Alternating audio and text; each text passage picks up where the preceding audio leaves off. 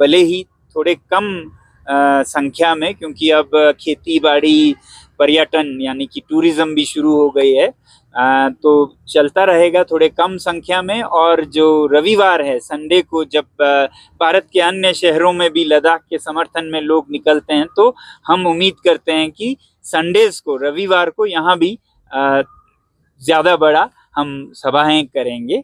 दूसरी एक और रणनीति जिस पे बात हुई कि जो पिछला पश्मीना मार्च था, तब बात हुई थी कि कोई 5 से 10 हजार लोग सीमा की तरफ और क्यांगचुथांग की तरफ, जहाँ पर परियोजनाएं बनने जा रही हैं, वहाँ जाएंगे, गाड़ियों में जाएंगे।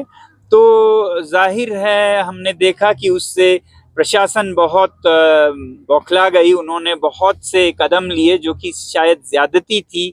दफा 144 का नाफिज करना, या इंटरनेट कटेल करना, या फिर चारों तरफ सड़कों पर फौज और अर्धसैनिक दस्ते बिछा देना, ये सब थोड़ा मंजर अच्छा नहीं था। मगर हम समझ सकते हैं, क्योंकि डर ये भी था कि कहीं क्या दंगे फसाद हो जाएं इन हालात के वजह से। तो अभी इस पर फिर मंथन हुआ, फिर चर्चा हुई, क्योंकि ऐसे भी बयानात आ रहे हैं माननीय गृह मंत्री जी से भी कि लद्दाख में कुछ भी नहीं हुआ है, 1 इंच भी नहीं हुआ है। वैसे ही अब सिर्फ अतिक्रमण की बात नहीं है।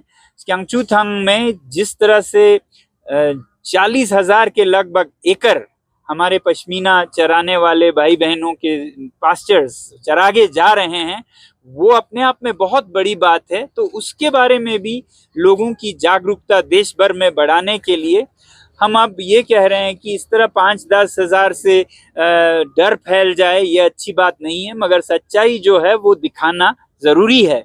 तो इसलिए अब हम ये बात कर रहे हैं कि हम गाड़ियों में, हजारों में नहीं, मगर 10-12 या 15-20 या जितने भी जो अगुवाही कर रहे हैं इस आंदोलन का, वो पैदल जा सकते हैं क्यांगचुथांग की तरफ, गांव-गांव से होते हुए।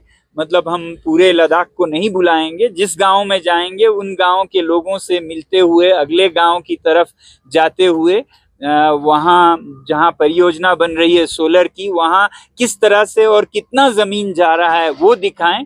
और उसके बाद अगर हमारे सरकार के पास, हमारे नेताओं के पास कुछ भी छुपाने को नहीं है, सब कुछ पारदर्शी है, जैसा पहले था वैसा अभी भी है, 1 इंच भी इधर उधर नहीं गया है, तो हमें पूरी यकीन है कि हमें वहां से फिर बाकी जो सीमा है वहां पे भी बहुत चरागे हैं, वो भी देखने के लिए जाने का मौका मिलेगा।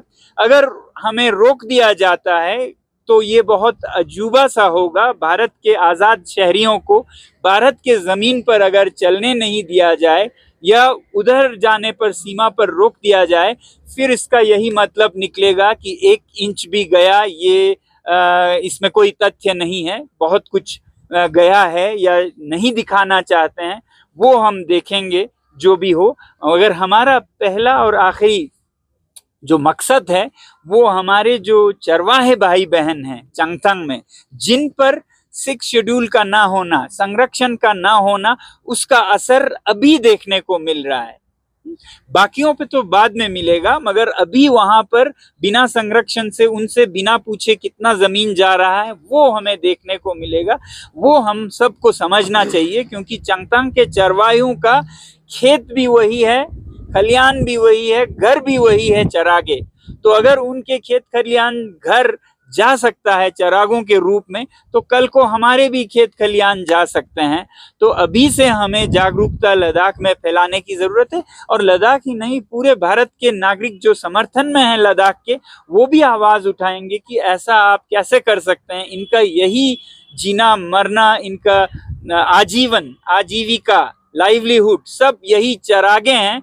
ये अगर ले जाएंगे तो फिर ये लद्दाख पूरे के लिए एक संदेश जाता है। तो ये संदेश दिखाने के लिए हम ये मार्च बहुत जल्द, कुछ दिनों में शुरू करेंगे। अभी दिन तय नहीं हुआ है, और जब तय होगा छोटे संख्या में लोग निकलेंगे, चाहे वो दर्जनों हो या बीसियों हो, जितने भी हो, इतना नंबर नहीं होगा कि प्रशासन को फिर डरने की जरूरत पड़े कि क्या अशांति फैल जाए। बहुत ही शांत जैसे गांधी जी ने नमक मार्च किया था, वैसे ही हम पैदल मार्च करेंगे 1-2 हफ्ते का, और हम चाहेंगे कि इसके बारे में जागरूकता फैले। इस पर अभी चर्चा हुई। फिलहाल तिथि या दिनांक अभी तय नहीं हुआ है, मगर निकलने को लोग तैयार हैं, यही कहना। For more updates, subscribe to our channel Kargil Today. Click the show links and enjoy watching the videos. Like us on Facebook and follow us on Instagram. Keep watching Kargil Today. Keep enjoying Kargil Today, the only voice of Kargil Ladakh.